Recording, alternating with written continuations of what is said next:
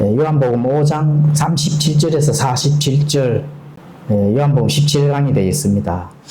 오늘은 제목이 이제 예수님의 내 증인, 이런 제목을 가지고 함께 하나님의 말씀이 우리에게 전달되는 뜻이 무엇인지 한번 나눠보도록 하겠습니다. 자, 요한복음 5장 31절에서 47절까지 성경을 좀 펼치시고 중간중간이 성경 말씀과 비교를 하면서 우리가 살펴나가도록 하겠습니다. 자, 요한복음 5장 31절에서 33절까지는 내가 만일 나 자신에 대하여 증언하면 내 증언은 참되지 아니하나 나에 대하여 증언하신 다른 분이 계시며 나는 그분께서 나에 대하여 증언하시는 그 증언이 참되다는 것을 아노라. 너희가 요한에게 사람을 보내매 그가 진리에 대하여 증언하였으나 나는 사람에게서 나온 증언은 받지 아니하며 다만 너희가 구원을 받도록 이것을 말하노라. 자, 네 가지를 우리가 알 수가 있습니다. 이 지금 예수님께서 직접 네 가지 자신의 증인을 세우는 그 네 가지 증인이 나타납니다. 그 증인이 무엇이냐면은 첫째는 방금 예수님이 말씀하신 예수님이 예수님 자신에 대해 증언하면은 참되지 아니하다. 그렇죠. 그것은 왜냐하면은 유대인들은 이제 어떤 대언자가 와서 요한의 침례도 마찬가지로 예수님도 거기에 해당이 됩니다. 그런데 어떤 것이 하나님에게서 보내왔다 하는 것을 증명하기 위해서는 두세 명의 증인이 필요하다는 겁니다. 이게 과거에부터 그 율법 안에서 주어졌기 때문에 대언자의 역할을 하려고 하면 반드시 증인이 필요하고 어떤 증거 자료가 필요하다는 겁니다. 그게 신명기 17장 6절에서 19장 15절에 가보시면은 나타나 있습니다. 그래서 예수님은 당연히 잘 알겠죠. 내가 하나님의 아들이다. 하나님이 보내서 왔다고 이렇게 직접 예수님께서 유대인들에게 전달한다 하면 유대인이 믿을까요? 당연히 안 믿죠. 지금 그 말씀을 하는 거거든요. 그래서 내가 만일 나 자신에 대하여 증언하면 내 증언은 참되지 아니야. 물론 예수님이 말씀하신 것은 참되는데 너희들이 그걸 안 믿는다는 거거든요. 그런데 그러면은 다른 증인들을 내가 세워보겠다는 겁니다. 그래서 오늘 말씀하시는 것은 다른 증인들이 세워보는데 그 증인 세워보는 것이 내 증인이라는 거죠. 그게 이제 율법에 대해서 유대인들이 요구하는 것들을 예수님께서 직접 제시를 하는 거죠. 그래서 그 제시하는 것은 진리에 대하여 제시하는 건데 이 진리에 대해서 많은 것들을 제시하는 것이 바로 너희들이 구원을 받기 위함이다 하는 그런 결론의 말씀을 맺는데 자, 이 네 가지가 무엇인지부터 한번 살펴보도록 하겠습니다. 자, 이 네 가지는 첫째는 요한의 침례자 요한을 지금 증인으로 지금 세우거든요. 예수님께서. 그리고 두 번째는 자, 예수님의 사역에 대해서 내가 한 일을 너희들이 한번 봐봐라. 이 사역에 대해서. 자, 세 번째는 하나님 아버지께서 직접 증인으로 지금 나서서 말씀하신다. 이런 부분들. 세 번째. 네 번째는 뭘까요? 네 번째는 성경에 대해서 말씀을 하십니다. 이 네 가지를 증인으로 내세워서 이 네 가지를 증인으로 세웠다면 너희들이 반드시 나를 믿어야 될 것이다 하는 그런 부분들을 정확하게 지금 말씀을 해 주시는 그런 장면이 바로 요한복음 5장 31절에서 47절까지 지금 말씀을 전달해 주고 계십니다. 자, 예수님께서 다른 증인을 세우시는 것에 대한 그 첫 번째 거는 이제 침례자 요한인데 그 침례자 요한은 유대인들이 왜 예수님께서 침례자 요한을 첫 번째 증인으로 내세우냐 하면은 침례자 요한은 많은 대언자로서의 역할을 했기 때문에 그리고 이 유대 민족들은 침례자를 또 대언자로 알고 있습니다. 그래서 세상 죄를 제거하시는 하나님의 어린 양을 보라는 그 외침, 회개의 외침 속에서 많은 사람들이 변화되고 깨닫는 것이 있기 때문에 그걸 이제 증인으로 지금 가지고 온 거거든요. 그리고 요한복음 5장 36절에 가보시면은 예수님이 행하신 기적들, 치유, 이런 것들을 너희들이 지금까지 봐왔다면은 그것으로 증인을 내가 세우겠다. 이렇게 지금 말씀하는 거거든요. 그래서 침례자 요한이 예수님을 세운 것과 그리고 예수님께서 많은 기적과 이적과 병 고치는 것들을 행한 일들, 이런 것들을 이제 말씀을 하시고, 그리고 하나님 아버지께서 직접 증언하시는 것. 이게 요한복음 5장 37절에서 38절까지 너희들이 직접적으로 들을 수 없지만 구약 성경을 통해 하나님의 그 아버지께서 나에 대해서, 예수님에 대해서 어떻게 말씀하신지를 하나님 아버지께서 직접 증언했다. 이런 부분들. 그리고 네 번째는 요한복음 5장 39절에서 40절까지는 성경을, 물론 이제 그때 당시에 성경은 구약 성경이죠. 그리고 구약 성경 전체가 메시아를 지금 증언하고 있다 하는 그런 부분들을 지금 말씀하고 있습니다.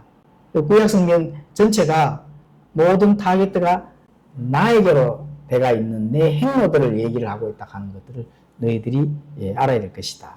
그래서 예수님은 유대인들의 반박을 미리 예상하시고 율법적 관점에서 볼 때도 모든 것이 너희들이 이 네 가지를 가지고 공부를 한다면은 이 증언을 신뢰가 할 수가 있다는 겁니다. 그렇죠. 그래서 예수님의 말씀이 단순히 개인적인 주장이 아니라 하나님의 아버지의 뜻과 계획 안에서 이루어지는 진리라는 사실들을 지금 예수님께서 그걸로 증거를 지금 유대인들에게 강조하는 그런 매우 중요한 부분입니다. 자, 그러면 일단 간단하게 네 가지를 한번 살펴봤는데요. 지금 이제 첫 번째 요한복음 5장 33절에서 35절 첫 번째 증인은 바로 침례자 요한의 그 증인이죠. 그죠? 그래서 예수님은 먼저 침례자 요한을 첫 번째 증인으로 내세웁니다. 그래서 이 증인으로 내세우는데 유대인들은 요한을 위대한 대언자로 알고 있기 때문에 당연히 증인을 세우겠죠. 그리고 또 유대인들은 침례자 요한을 대언자로 이렇게 알고 있고 또 존경하기 때문에 그거에 대해서 예수님께서는 지금 그걸 증인을 세우는 겁니다. 그리고 존경받는 그 인물들을 이제 예수님께서 상기를 시켜서 너희들이 그 침례자 요한에 하는 많은 것들을 믿는다면은 바로 침례자 요한이 어느 것을 지금 타겟으로 삼아서 지금 대언을 하는 건지를 살펴봐라는 겁니다. 그게 누구예요? 바로 예수님이거든요. 그 예수님을 상기를 시켜주면서 그 유대인들의 마음을 이제 열고자 하시는 겁니다. 자, 그러면은 예수님은 나는 사람의 증언을 받으려는 것이 아니다.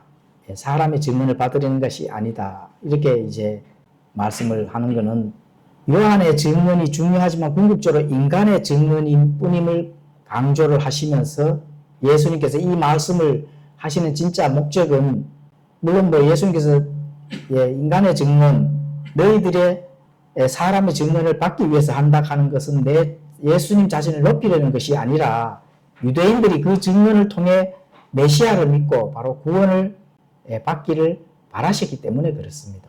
그렇죠. 그래서 예수님은 침례자 요한을 타오르는 빛을 내는 등불이다. 그렇게 말씀하시거든요. 1절에 보면은 자, 요한복음 5장 35절에서 38절에 가보시면 그는 타오르면서 빛을 내는 등불이었으므로 너희가 한동안 그의 빛을 기뻐하기 원하였으나 내게는 요한의 증언보다 더 큰 증언이 있나니. 그렇죠. 아버지께서 내게 주사 끝마치게 하신 일들, 즉 내가 행하는 바로 그 일들이 나에 대하여 증언하되 곧 아버지께서 나를 보내신 것을 증언하며 또 나를 보내신 아버지께서 친히 나에 대하여 증언하였느니라. 자, 그는 타오르는 빛을 내는 등불이었다. 즉 침례자 요한을 증언을 하면서 그 빛으로 얘기를 합니다. 그러면은 자, 요한이 타오르는 빛이 있다고 이렇게 말씀한다 하면은 자, 요한을 높이려고 하는 그 말씀이 아니죠. 단지 빛을 비추는 존재다. 그럼 그 빛을 비추는 존재인데 그 누구를 빛을 비추느냐 이걸 지금 우리가 받아들여야 되거든요. 누구를 빛이라는 존재를 누구를 위해서 비추느냐. 그 누구를 위해서 비춰요. 그렇죠. 진짜 빛이신 예수님을 비추기 위해서 어떤 역할을 했다는 겁니다. 요한이. 그렇죠. 그거를 지금 유대인들에게 전달을 하고 있습니다. 그래서 요한의 사역에 많은 사람들이 침례를 받고 또 구원을 받을 수 있는 그 열광했던 유대인들의 그 모습을 보여주면서 그들의 신앙이 뿌리 깊게 박히지 못하고 일시적인 흥분에 젖어 있는 그런 사실들을 지금 예수님께서 지적을 하고 계시는 거예요. 왜냐하면은 자, 침례자 요한이 침례를 주고 회개를 외치지만은 그 침례자 요한이 이 땅에서 하는 그 일들을 과연 누구를 위해서 하는 것인가, 이런 부분들을 지금 깨달아야 된다는 거죠. 그럼 누구를 위해서 하는 거예요? 진짜 예수 그리스도, 이 땅에서 예수님께서 많은 사람들의 생명을 구하기 위해서 이 땅에 오시는 그 예수님의 길을 예비한다 하는 그 빛을 비추는 그 일들에 대해서 유대인들이 생각을 하지 못하고, 잠시 어떤 그런 이제 대언자가 나와서 모든 것을 자신들의 신앙의 영적인 부분들을 해결해 줄 거라 하는 것만 가지고 착각을 하고 신앙생활을 하고 있다. 이렇게 볼 수가 있는 겁니다.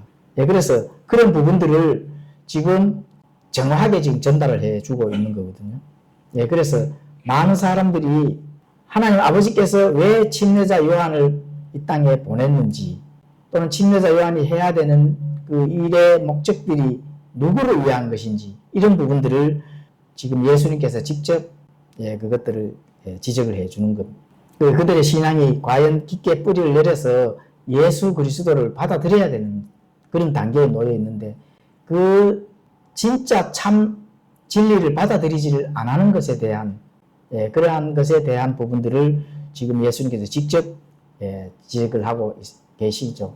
그래서 그런 부분들을 지금 요한을 증인으로 내세우는 겁니다. 자, 요한복음 5장 36절에 가보면 두 번째 증인은 바로 예수님의 사역이 되겠습니다. 자, 두 번째 증인은 바로 예수님이 행하시는 기적과 사역입니다. 자, 이것은 단순한 인간의 증언보다 훨씬 강력한 증언이 되겠죠. 그러니까 말로만 하는 증언이 아니라, 말을 통해서 어떻게 전달만 하는 증언이 아니라, 예수님 자신이 행하는 모든 일, 바로 하나님 아버지께서 직접 주신 그 사명의 결과거든요. 예수님이 눈먼 자를 눈뜨게 하고, 또 안질뱅이를 걷게 하고, 그렇죠. 또 죽은 자를 살리는 이러한 기적들은 예수님이 그저 평범한 인간이 아님을 증명해 준 거죠. 그래서 이런 일들은 예수님이 하나님께로부터 오셨다, 하나님의 아들이다, 그분은 하나님이다, 그냥 평범한 인간이 아니라는 겁니다.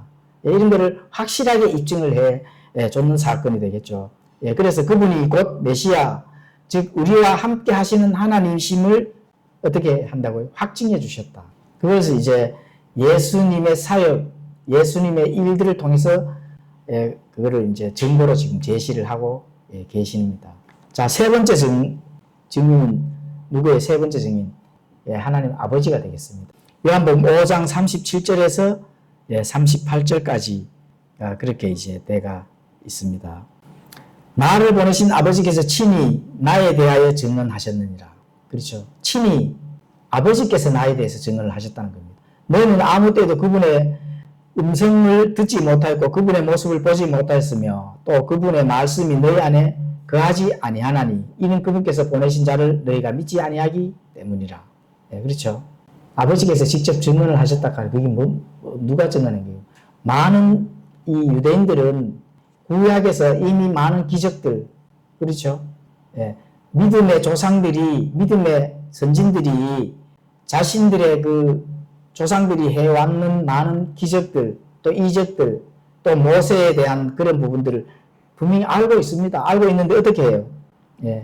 그건 하나님 아버지께서 증명해 주셨는 많은 그런 일들이거든요. 그런 일들을 직접 현재 음성을 듣지 못하고 그분을 보지 못하지만은 그런데 그분의 말씀이 너희 안에 거하지 아니하니까 또 그분께서 보내신 예수님, 하나님의 아들이신 그 예수님을 너희가 믿지 아니한다는 겁니다. 그걸 직접 지적을 해주는 거거든요. 그래서 아버지의 그 뜻과 또 아버지께서 요구하는 많은 것들을 할 수 없는 그런 일들이 생겨버린 거죠. 다시 말하면은.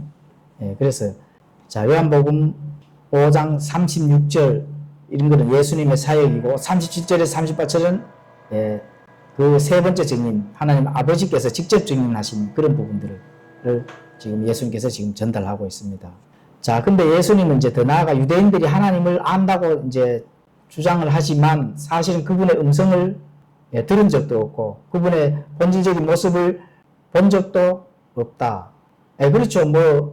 이 이스라엘 백성들이 모세 시대나 또 모세의 많은 그런 이제 이후에 하는 다윗이나 이런 부분들은 하나님을 직접 모세 같은 경우에는 모습을 뒷모습이라도 보고 또 그 음성을 듣고 이렇게 해 왔는데, 자, 후세 사람들은 직접 하나님의 말씀, 성경책을 가지고 하나님을 만나야 되는데 그걸 그렇게 하지를 못했다는 겁니다.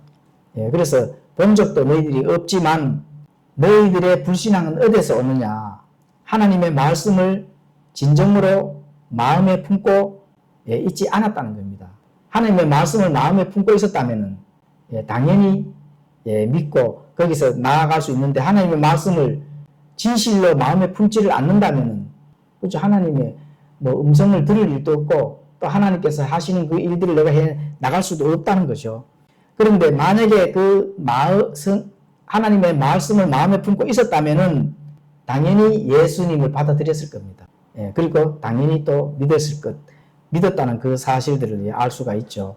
그래서 예수님이 이 구절을 통해서 하나님에 대한 진정한 이해나 관계가 없다는 것들을 지적합니다. 그 유대인들은 너희들은 하나님과 관계가 없다. 종교인으로서의 그 행하는 많은 것들은 가지고 있지만 진짜 하나님의 말씀과 진리 안에서 너희들이 바로 서 있는 것이 아니다 하는 그런 것들을 지금 하나님 아버지께서 증명해 주시는 그러한 것들을 가지고 오셔서 유대인들에게 지금 전달하고 있습니다. 그리고 이제 그러한 것들이 예수님을 믿지 못하는 근본적인 이유다. 이렇게 이제 말씀하죠. 그리고 그 말씀을 하시면서 바로 네 번째 증인 성경으로 이제 이어 나가십니다. 그 성경을 이어 나가는 건 요한복음 5장 39절에서 40절 네 번째 증인이 되겠죠. 네 번째 증인. 자, 네 번째 증인은 요한복음 5장 39절에서 47절까지 나와 있는데, 일단 39절에 가보시면은 성경 기록들을 탐구하라. 너희가 그것들 안에서 영원한 생명을 얻는 줄로 생각하는데 그것들은 나에 대하여 증언하는 것들이라. 그런데 너희는 생명을 얻기 위해 내게 오기를 원치 아니하는도다. 나는 사람들에게 종기를 받지 아니하노라. 그러나 너희를 아노니 곧 너희가 너희 안에 하나님을 향한 사랑을 가지고 있지 않음을 아노라. 자, 성경 기록들을 탐구하라는 겁니다. 성경 기록들을 탐구하라 하는 것은 그것들 안에서 영원한 생명을 얻는다는 거죠. 그렇기 때문에 많은 유대인들이 성경 기록을 물론 공부를 하고 탐구를 합니다. 그런데 그것들 안에서 영원한 생명을 얻는 것들까지도 나아가지고 성장을 해야 되는데 종교인으로서만 거기서 머물러 있다는 겁니다. 그래서 그게 이제 지금 예수님께서 마지막으로 성경을 가지고 지금 지적을 하시는 거거든요. 자, 유대인들이 율법과 예언서 등 구약 성경을 매우 중요하게 여기고 또 열심히 연구를 했습니다. 그런데 그들은 성경 안에 영원한 생명으로 가는 길이 있다고 또 믿었습니다. 그러니까 연구를 하겠죠. 그런데 예수님은 이러한 믿음과 행동을 역으로 지금 지적을 하고 계신다는 거죠. 역으로. 너희가 그렇게 열심히 파고드는 바로 그 성경이 실은 나에 대해서 말을 하고 있다는 거예요. 그런데 열심히 파고 거기서 생명이 있다고 연구를 했는데 누구에 대해서 알고만 있어요? 예수님까지 알고 있어야겠는데 누구에 대해서만 알고 있을까요? 모세까지만 알고 있다는 거죠. 모세까지만. 모세가 영원한 생명을 주는 게 아니거든요. 그게 이제 문제가 되는 겁니다. 그래서 모세 오경부터 예언서까지 구약의 모든 말씀은 궁극적으로 예수님 메시아를 가리키고 있다는 그 사실인데 모세에서만 머물러 있으니까 어떻게 돼요? 생명을 얻을 수 있는 것을 알 수가 없었다는 겁니다. 결국은. 성경 안에 부지런히 연구하고 탐구하고 했는데 진짜 생명이 있는 예수 그리스도를 오히려 막아버리는 그런 유대인들의 그 행태를 지금 지적을 하고 있는 거거든요. 그래서 그것은 무엇이냐? 지식은 있었지만 행동은 하지 않았다. 지식은 있었지만. 그렇죠. 지식은 모세 오경에 대한 지식, 또 아브라함에 대한 지식, 또 다윗에 대한 지식, 이런 거는 가지고 있는데 정작 예수님께서 이 땅에 왔을 때 이 예수님이 생명을 가지고 있는 참 하나님이시라 하는 그 사실들은 꿈에도 생각을 하지 않는 거죠.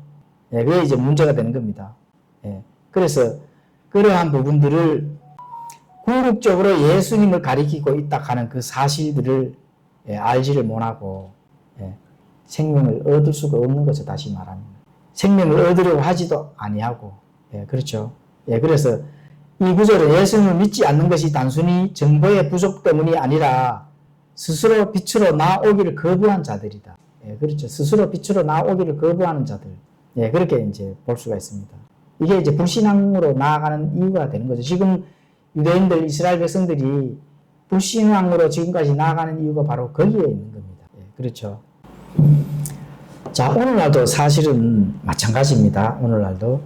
지금 이 예수님께서 사역하시는 이 성경 시대, 그렇죠. 그 시대도 마찬가지지만 오늘날도 물론 이스라엘 민족들도 마찬가지지만은 참 복음이 주어졌는데도 불구하고 그 복음을 받아들이지 않는 것과 마찬가지입니다. 사실은. 참 진리를 전해요. 근데 참 진리를 전하지만 그 진리를 받아들이지 않는다는 게 문제거든요.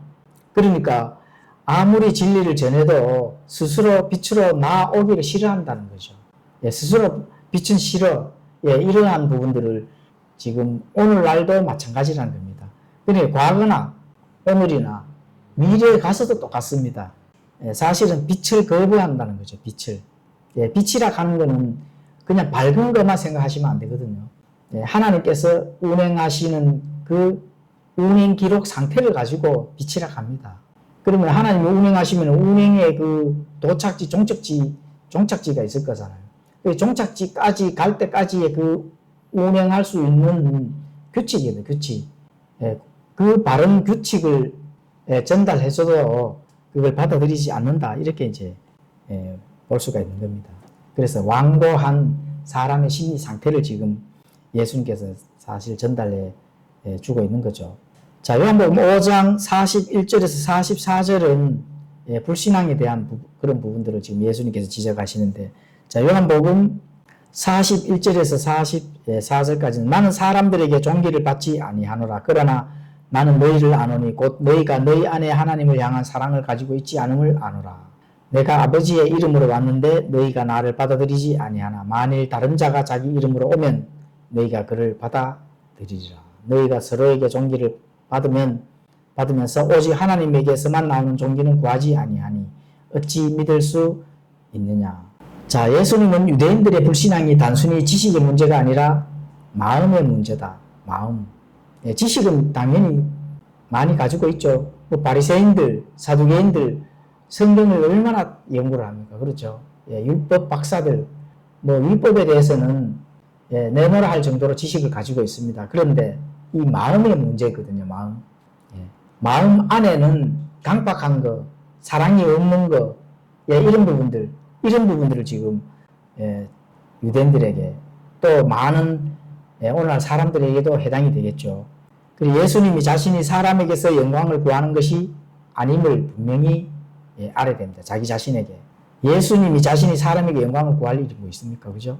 그리고 예수님은 유대인들의 마음을 깨뜨려 보신다는 겁니다. 그리고 그 마음 속에 하나님을 향한 진정한 사랑이 없다. 그 유대인들 마음을 딱 보니까 하나님을 향한 그 진정한 사랑, 이게 없다는 겁니다. 사랑이 굉장히 사실 어려운 단어거든요. 어떻게 하면 하나님을 사랑할 것인지.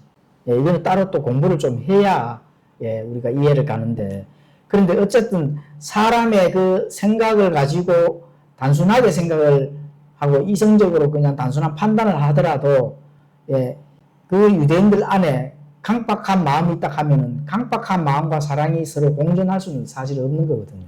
지식 자랑을 한다든지 또는 권위 의식을 가지고 그 권위를 자랑한다든지 이러한 부분들을 먼저 내세운다면은 당연히 없는 거죠.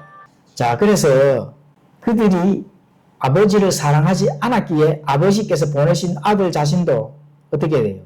영접하지 않는 거죠. 그럼 아버지를 사랑한다 하면은 당연히 아버지께서 전달하고자 하는 그 지적인 것들, 영적인 것들, 또 아버지께서 계획하고 운영하고 계시는 그런 것들을 알게 된다면은 당연히 어떻게 돼요? 예수님을 하나님의 아들로 받아들여야 되는 거죠, 당연히. 예, 그렇죠. 그런데 받아들이지를 안 한다 하는 거는 그 목적을 가지고 주신 그 하나님 아버지를 그들은 사랑한다 하지만은 사랑하지 않는다 하는 것에 증명이 된 겁니다. 그런데 불신앙이죠, 다시 말하면. 그리고 유대인들은 그렇게 되는 게 나타나는 게 사람들의 영광을 구한다는 겁니다. 예, 자기 자신들이 나타내는 것을 먼저 아버지 하나님을 영광을 구하는 것이 아니라 자기 자신들의 영광을 구한다는 것. 서로에게 칭찬 주고받고 또 인정받으려고 하고 이러한 것들을 더 중요하게 여겼다는 겁니다. 그리고 그것들은 종교적인 행위를 하는 거죠. 다시 말하면. 또 속으로는 사람의 눈에 띄고 칭찬받는 것들 이러한 것들을 유대인들이 갈망했다는 겁니다. 이런 것들은 사실 오늘날에도 많이 나타나거든요. 우리 교회에서는 뭐 그렇게 성도가 많지 않고 뭐 또 이 참된 진리 안에서 바르게 나아가고자 하는 그런 영적 취지를 가지고 있기 때문에 그런 게 없는데 많은 개신교회나 교회가 성도수가 많은 사람들 보면은 거기에서 뭔가 자기 자신이 드러내고 또 나타내고 이러한 것들이 굉장히 많습니다. 그렇죠. 그래서 칭찬받고 또 사람들 속에서 뭔가 드러내고 또 종교 행위를 하고 이러한 것들이 굉장히 많습니다. 이런 것들이 바로 진정으로 믿을 수 있는 마음을 다 파괴시켜 버렸다는 거죠. 진정으로 믿을 수 있는 그런 참된 복음을 받아들일 수 있는 예수님을 받아들일 수 있는 것이 복음인데 그 복음의 그 시도로 넘어가야 되는 그 과도기에 있는 거거든요. 예수님께서의 그 최종적인 사역을 하시기 전이라 하더라도 그 과도기 전이라 하더라도 참된 진정한 복음을 받아들여야 된다는 거죠. 예수님 오시기 전에 하나님의 말씀을 믿는 것과 예수님 당시에 예수님을 믿는 것과 또 예수님 이후에 믿는 것과 구원받는 것은 똑같습니다. 그런데 예수님의 복음을 그때 당시에도 예수님의 복음을 받아들이고 구원받는 것과 예수님의 복음이 아니라 과거의 말씀을 믿었다 구원받는 것 그거는 질적으로 차이가 납니다. 그러한 것들을 지금 예수님께서는 그때 당시 자체에서도 교리적으로 지금 전달하고 있는 거죠. 자, 사람의 칭찬에 집착하는 마음이 하나님을 온전히 믿는 것을 이제 방해한. 목사님이 칭찬하고 믿음을 인정해주면 그 사람이 얼마나 기쁘겠어요. 그렇죠? 지금 현재 오늘날 교회도 그렇잖아요. 목사님이 그 사람을 인정해주고, 믿음 큰 것을 칭찬해주고, 또 드러내주고 이래 한다 하면 헌신, 봉사, 충성은 뭐 끝이 없죠. 다시 말하면. 목사님의 칭찬이나 목사님이 드러내주는 것이 아니라 예수님을 어떻게 믿느냐가 그게 중요한 겁니다. 사실은. 그렇죠. 그래서 그러한 것들을 예수님께서는 아주 중대한 말씀합니다. 43절에. 43절에 아주 중대한 말씀을 하는데 43절에 가보시면은 내가 아버지 이름으로 왔는데 너희가 나를 받아들이지 아니하나 만일 다른 자가 자기 이름으로 오면 너희가 그를 받아들이리라. 이게 무슨 말일까요? 참된 복음을 가지고 진짜 예수님이 왔는데 받아들이지를 아니하는데 다른 사람을 받아들인다는 거예요. 누구를 받아들여요? 유대인들이 받아들이는 거예요. 누구를 받아들여요? 가짜를 받아들인다는 거죠. 가짜. 참된 예수님, 예수 그리스도는 받아들이지 아니하고 내치고 가짜가 오면 가짜를 받아들인다. 그렇죠. 앞으로는 뭐 이제 하나님의 계획의 타임라인 마지막 판에 나타난 게 누구예요? 저 그리스도잖아. 유대인들은 마지막 때 그리스도인데 앞에 적자를 붙인 안티크라이스트, 저 그리스도를 받아들인다는 겁니다. 예수님이 직접 말씀하신 거거든. 다른 자가 자기 이름 오면 너희가 그를 받아들이라. 다니엘서도 그렇게 기록이 되어 있습니다. 다 일치가 되는 거거든요. 또 요한일서 가면 이미 하나 많은 적그리스도 영들이 움직이고 또 활동하고 있다고 지금 말씀을 하고 있거든요. 이러한 부분들을 우리가 깨닫고 나아가고자 하는 것이 오늘의 그 말씀을 우리가 읽고 이 진리가 무엇인지를 우리가 알아야 된다는 거죠. 그래서 실제로 훗날 적그리스도가 나타나지만 오늘날도 지금 현재 뭐 그렇죠. 거짓 메시아들이 얼마나 많습니까? 뭐 심지어는 어머니 하나님이 있다, 뭐 이런 거, 그죠? 또 내가 메시아다 하는 그런 가짜들. 예, 그래서 성도들 뭐 이 많은 사람들 신자들의 주머니에 돈 다 긁어내고 이런 가짜 종교들이 엄청나게 많습니다. 예, 며칠 전에 뭐 영상이 하나 떴는 걸 보니까 하여튼 본인이 예수 그리스도다, 예수다 뭐 이런 식으로 해서 엄청나게 돈을 많이 뜯어내더라고요. 근데 거기에는 수많은 사람들이 그런 거는 교회 나가서 헌신 봉사 충성을 많이 합니다. 또 실제로 그런 가짜들을 지금 판을 치는 시대에 진짜 하나님께서 이 참된 말씀의 검으로 심판할 때가 그때 다시 나타난다는 겁니다. 그때. 그리고 진리보다 개인적인 이득이나 인간적인 매력을 쫓는 경우도 또 너무 많고. 그렇죠. 진리는 일단은 다른 데 이렇게 던져놓고 인간적인 매력들, 뭐 매력보다 잘생긴 이런 거다도 뭔가 타이틀을 하나 쓰면은 거기에 이제 막 쫓아가요. 뭔가 타이틀 하나 쓰면은. 그 뭐 가짜 종교는 내가 메시아다 이렇게 하는 거는 타이틀이거든. 그 타이틀이니까 거기에 뭔가 효험이 있는 줄 알고 그걸 이제 매달려 이제 쫓아가는 거죠. 그렇죠. 그게 인간적인 매력이거든. 바로 감투를 쓰는 거. 감투를 쓴다 하는 거는 본질은 아닌데 뭔가 껍데기를 썼다는 거잖아요. 참 거기에 매력을 가지고 쫓아간다 하니까 인간들이 얼마나 어리석습니까? 그렇죠. 또 개인적인 이득이 뭔가 있나 없나 잘 따져보고 이렇게 또 그 사람을 쫓아가는 거. 진리는 없는 거죠. 다시 말하면. 진짜 메시아를 알아보지 못합니다. 이때 당시에도 유대인들이 예수님 기적을 행하고 또 사람으로서는 할 수 없는 일들을 했잖아요. 이 증언을 가지고 오는 거거든. 예수님께서 지금 증언이 다 되는 거거든요. 성경도 증인으로 가져와서 세우고 또 침례자 요한 또 하나님 아버지께서 직접 행하신 일들 하나님 아버지께서 직접 유대인들에게 보여줬는 일들이 있잖아요. 홍해를 가르셨잖아요. 그렇죠? 홍해를 가르시고 또 뭐가 있습니까? 구약 성경에 나타난 거. 해를 멈췄잖아요. 그렇죠? 엘리야가 불을 하늘에서 내렸잖아요. 소돔과 고모라에 유황불이 떨어졌잖아요. 그건 뭐 어디서 인간이 할 수 있는 일입니까? 그 아버지께서 하신 그 일들을 증인으로 가서서 보여주는 거거든. 그래도 안 받아들인다. 그래도 가짜를 믿고 싶어 하는 거죠. 가짜를. 지금도 가짜 믿는 사람들이 많잖아요. 너무 안타깝죠. 진짜 메시아를 알지 못하는 거. 진짜 참 복음의 그 하나님께서 보존된 성경을 알아보지를 못하다는 거. 똑같습니다. 진짜 예수님이 이 땅에 오셨다 하는 그때 상황에서 유대인들이 알아보지 못하는 거하고, 그죠? 단 한 번 전달된 하나님께서 보존해 주셨다 하는 그 말씀의 그 약속을 하나님께서 지키신 보존된 참된 성경이 나와 있고 있는데도 불구하고 지금 세상 사람들 다 그걸 배척을 하잖아요. 그럼 진리 찾기가 더 어렵죠. 다시 말하면. 왜냐하면은 이거는 100% 내가 이건 하나님의 말씀이야 믿을 수 있는 성경이 있고 이게 하나님의 말씀이 맞나 연구를 해서 믿어야 될 성경이 있다는 거예요. 그러면은 하나님께서 보존해 주시겠다 하는 이 성경은 연구할 필요 없이 그냥 믿으시면 돼. 근데 이거는 이거 하나님 진짜 말씀이 맞는가? 연구를 해야 됩니다. 그래서 여기는 비평학자들이 필요한 성경이고 이거는 비평학자들이 필요해요, 안 해요? 당연히 안 하죠. 연구할 필요도 없습니다. 그냥 말씀 그대로 전달된 거 그냥 받아들이시고 믿으면 돼. 어려운 것도 없다는 거죠. 이렇게 나눠진다는 겁니다. 지금 말씀이 그렇게 말씀하시는 거거든요. 그래서 인간적인 감투를 쓴 매력 있는 그 사람들을 쫓아가면 안 된다. 지금 시대는. 그렇습니다.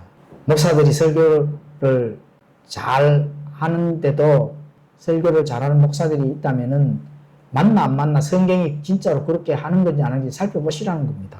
살펴보고 이거 성경하고 거리가 뭔데? 이거 빨리 탈출을 하셔야 되지. 성경에 맞는 100% 일치가 되는 것으로 가르치는 그런 교회에 다녀야만 마지막에 진짜 정말 구원받습니다. 마지막에 이 타임라인이 끝나는 시점에 그것마저도 고민을 안 한다면은 영원히 명망 받을 수 있는 그런 본인이 그런 걸 선택한다 이렇게 볼 수가 있습니다. 그럼 기회가 이제 얼마 남지 않았다 하는 그 시대에 지금 놓여 있습니다. 왜냐하면은 많은 이 교회들이 물론 개신교, 천주교 이 교회들이 가는 그 방향의 노선은 예수님을 믿으면은 이 세상이 점점 어떻게 돼요? 좋아지는 쪽으로, 좋아진다 하는 쪽으로, 살기가 좋아진다 하는 쪽으로 가르칩니다. 그런데 실제적으로 내면의 본질적인 거는 이 세상이 좋아져요? 아니잖아요. 그런 걸 왜 못 깨닫느냐.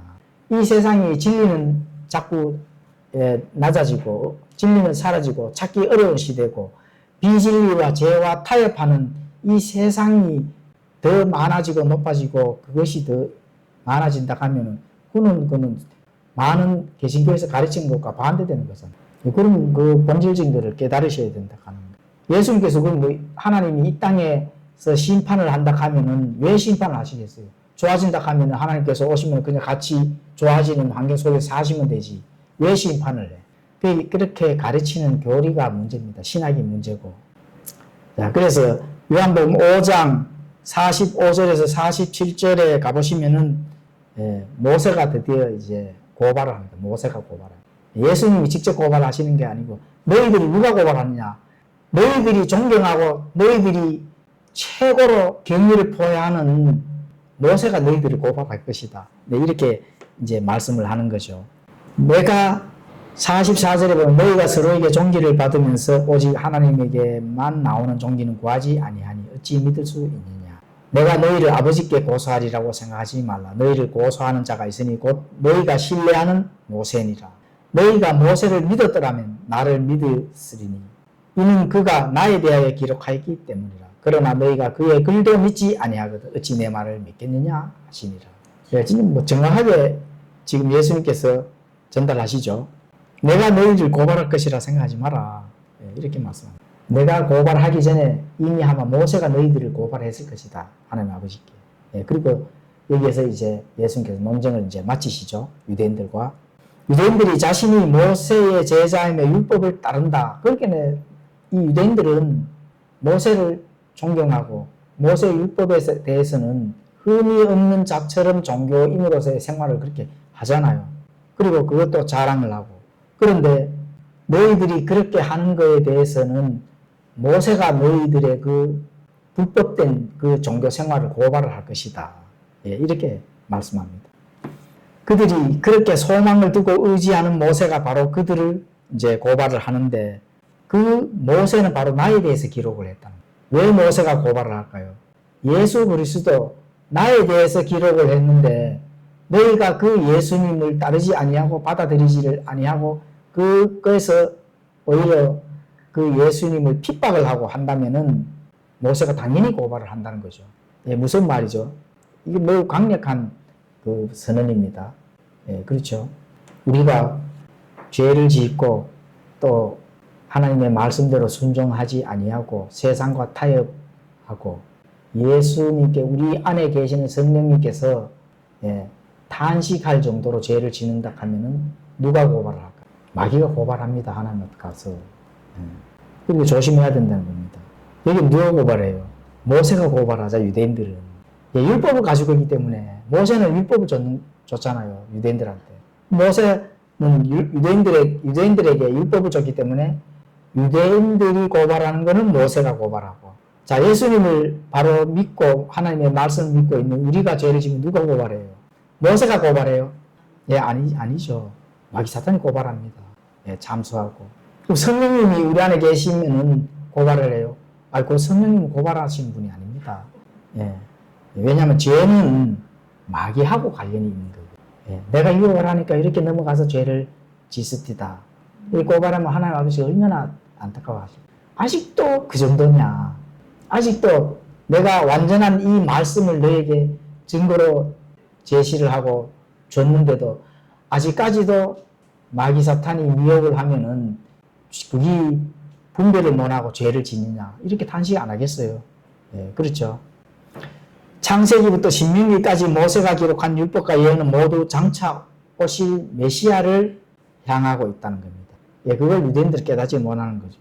바로 그 메시아가 바로 나다. 이렇게 유대인들에게 전달하고 있습니다. 결국 예수님은 유대인들이 자신들의 가장 중요한 신앙의 기반인 모세의 글조차도 제대로 믿지 않는데 너희들이 모세가 전달해준 그 기록들, 거기에서 나오는 본질적인 그 영적인 일들, 그 사실도 믿지 않는데, 예? 내가 지금 얘기하는 이 현재 너희들이 나를 보고 있는 이것들조차도 믿겠느냐? 예, 지금 그렇게 말씀을 하고 있는 겁니다. 너희는 그 모세의 글도 믿지 아니하는데 어째 내 말들을 믿겠느냐? 나에 대해서 기록한 이 모세가 그것도 안 믿는데 내가 이제 진짜 그 모세가 나에 대해서 얘기를 하고 내가 직접 이제 세상에 왔는데 내가 말을 한 것을 믿느냐 이거죠. 예, 그렇죠. 그래서 유대인들은 겉으로는 율법을 이제 존경했지만 그 안에 담긴 진짜 의미와 예언을 믿지 않았다는 겁니다. 사실은. 왜냐하면 예수님이 왔다면은 그 너희들이 두세 사람의 증인이 필요하다 하는 그 율법대로의 내가 지금 4가지 증인을 갖다 댔는데 그거 안 믿지 않느냐. 지금 이렇게 말씀하는 거예요. 예. 그래서 예수님 말씀 당연히 못 믿는 거죠. 유대인들은. 그게 결국 뭐예요, 그러면? 율법이라 하는 어떤 지식적인 것을 가지고 자랑하고 우월감을 가졌는데 속 중심에는 믿음이 전혀 없다는 겁니다. 만약에 믿었다면 당연히 예수님을 받아들이고 메시아라 하는 것을 바로 깨달은 거죠. 그래서 당연한 결과라는 겁니다. 예수님 말씀을 믿지 못했다는 겁니다. 그래서 진정으로 마음의 문을 열고 말씀을 받아들이는 것이 얼마나 중요한지 오늘날도 적용이 되죠. 오늘날도 말씀을 진정으로 받아들이는 거 깨닫는 것과 알고만 있는 거하고는 다릅니다. 사실은. 알고만 있다 하면은 진짜로 내가 뭔가 해야 될 그 일들에 대해서는 피해 나갑니다. 피해 나가요. 아니면 종교심을 가지고 뭔가 종교적인 그런 행위를 한다든지 이렇게 되는 거죠. 근데 하나님의 말씀이 정말로 내게 참된 복음으로 와서 마음으로 믿었다면은 정확하게 분별하고 그 뜻이 무엇인지를 분명히 행동으로 나타나고 그 말씀에 순종을 한다는 겁니다. 그래서 말씀을 받아들이는 것이 얼마나 중요하다 하는 거. 그걸 이제 예수님께서 직접 전달하는 거거든요. 구약에 있었던 그 모세의 율법을 너희들이 알고는 있는데 믿지를 않았기 때문에 예수님이 왔는데도 불구하고 안 믿었는 것과 오늘날도 하나님의 말씀이 주어졌지만 그 말씀보다 사람의 말들을 더 믿기 때문에 하나님이 이렇게 말씀을 한 거에 대해서 거기에 대한 합당하게 순종하는 것이 아니라 사람의 말을 듣고 거기에 순종하는 것은 다릅니다. 행동이나 행위나 영적 상태가 사실은 바깥에 드러나는 것 자체까지도 달라요. 말씀을 믿고 내가 나타나는 그 행위와 영적 태도의 그 행위와 사람의 말만 믿고 거기에서 나타나는 영적 태도 행위는 다릅니다.